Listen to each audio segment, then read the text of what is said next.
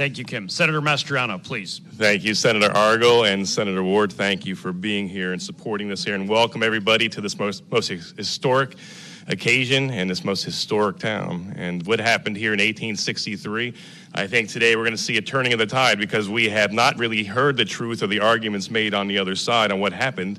And when we're dealing with a government and leadership in Harrisburg that wants to close their ears to what's happened during this election, and sadly many in the media that are complicit and want to write off what happened.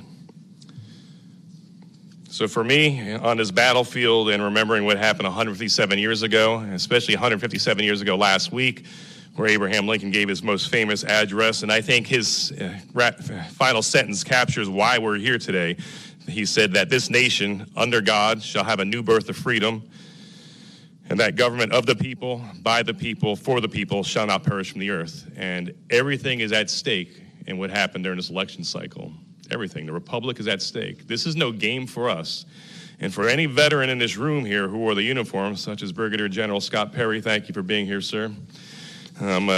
Put their lives on the line here fighting for a country, and to see that there's a group in this state and country willing to throw away our valuable and precious freedoms here for power. You know, for me, there you go.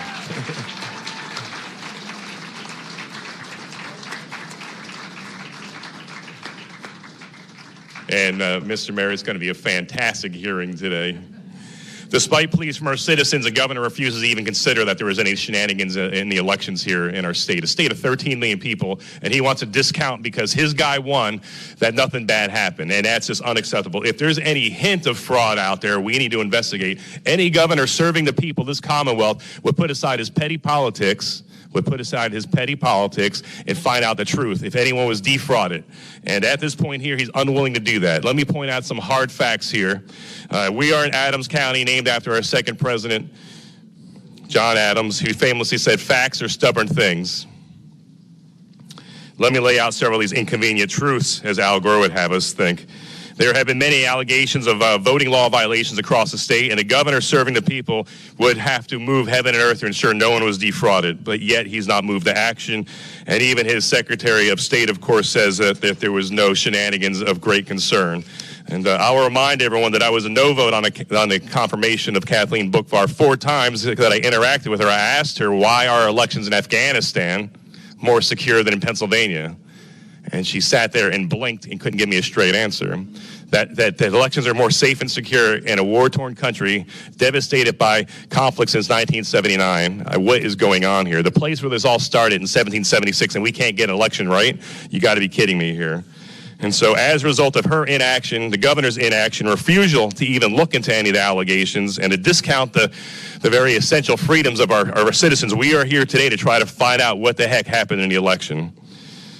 You know, and likewise, our Attorney General, our senior law enforcement official here, you know, instead of being focused on making sure things are lined up in kosher, before one vote was counted in Pennsylvania, the day before the election declared Biden the winner. I mean, there's nothing to see here. Could you imagine if the shoe was on the other foot? Would the media be so gracious and merciful and kind if it was a Republican? Absolutely not.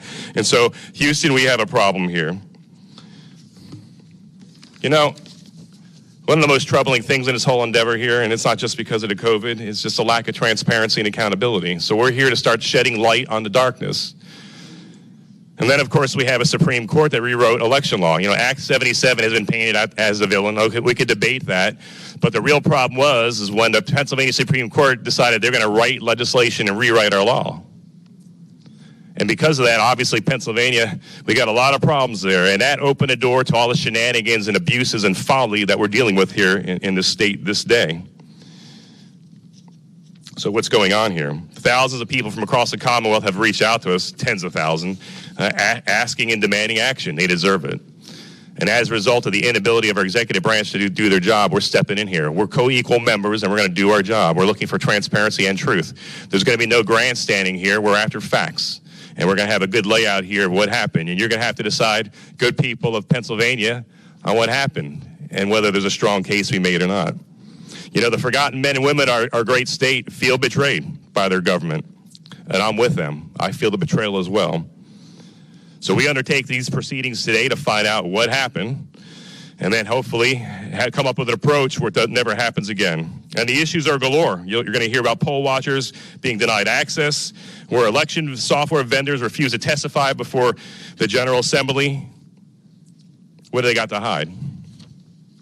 Do we expect the people to trust their government?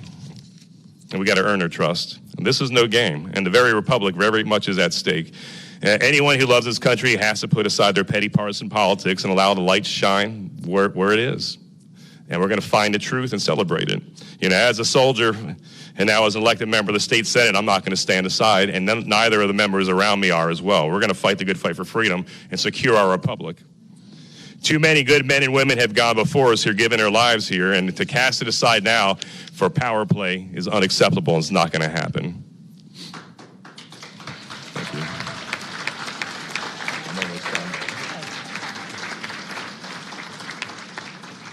We do our great men and women in uniform and those who lay down their lives and gain the last full measure of devotion a great disservice if we stand aside and allow bureaucrats and corrupt politicians to steal their voice and maybe even steal an election. We'll find out.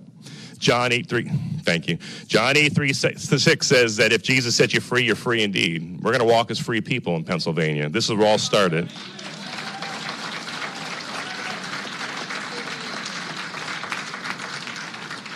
We choose this day to walk as free men and women in honor of the sacrifice not only of Jesus on Calvary, but also in honor of the sacrifice of brave men and women in uniform who fought for and secured our freedoms. We will be relentless in our pursuit of the transparency, of accountability, and truth. The time for dithering, politics, and games is over. The time for truth and justice is now. In conclusion, as Benjamin Franklin was leaving Constitutional Hall in 1787, he was approached by Mrs. Powell, and Mrs. Powell ran up to him. We surmise she knew him personally, and she said, "Well, Mr. Franklin, what do we have? A monarchy or a republic?" And he said, "A republic if you can keep it." This is our time to keep this republic. Thank you, and God bless you. Thank you.